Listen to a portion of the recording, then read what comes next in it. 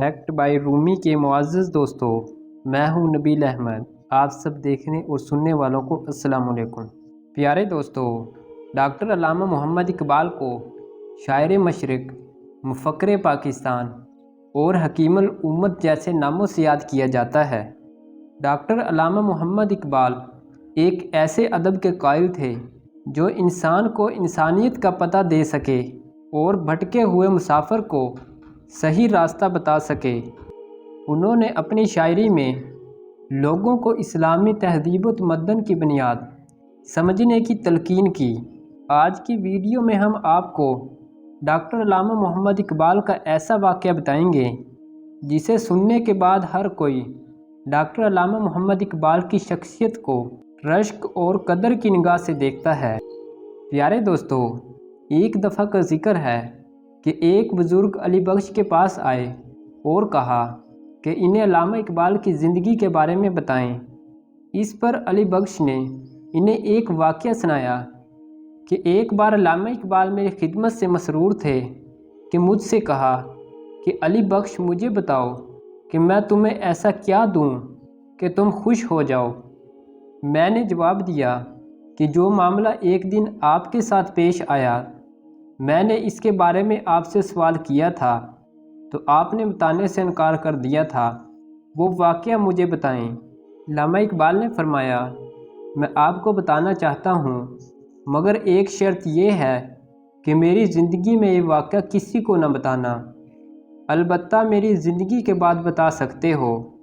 وہ واقعہ کچھ یوں ہے کہ ایک روز آدھی رات کے قریب ڈاکٹر علامہ محمد اقبال اپنے بستر پر لیٹے ہوئے تھے اور بہت بے چین تھے۔ اچانک آپ کھڑے ہوئے اور کوٹھی کے دروازے کی طرف گئے۔ میں بھی ان کے پیچھے چلا گیا۔ اتنے میں ایک پاکیزہ بزرگ اندر داخل ہوئے۔ ان کا لباس نہایت ہی خوبصورت اور سفید رنگ کا تھا۔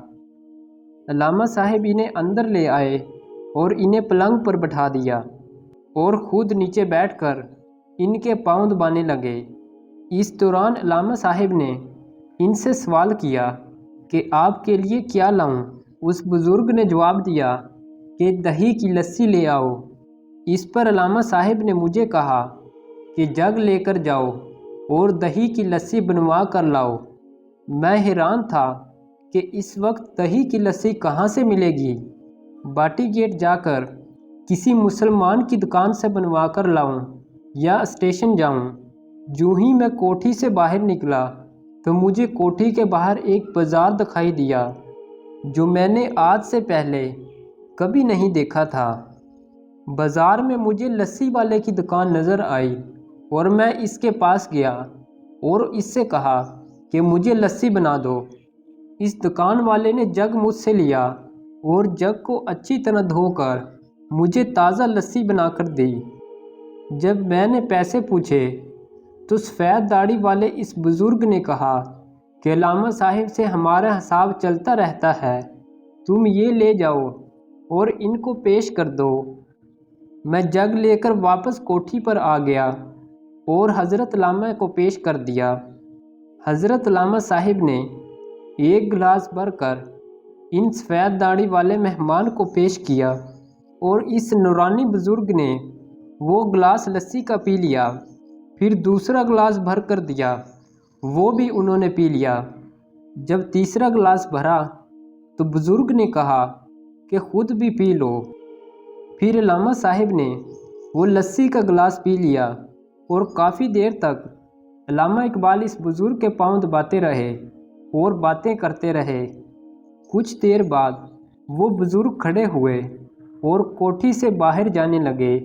علامہ صاحب بھی ان کے ساتھ باہر نکلے اور میں بھی ان کے پیچھے چلا گیا۔ وہ بزرگ کوٹھی سے باہر نکلے اور غائب ہو گئے۔ میں بہت حیران ہوا کہ یہ کہاں چلے گئے اور پھر سامنے وہ بازار بھی نہ تھا جس کی ایک دکان سے مجھے لسی ملی تھی۔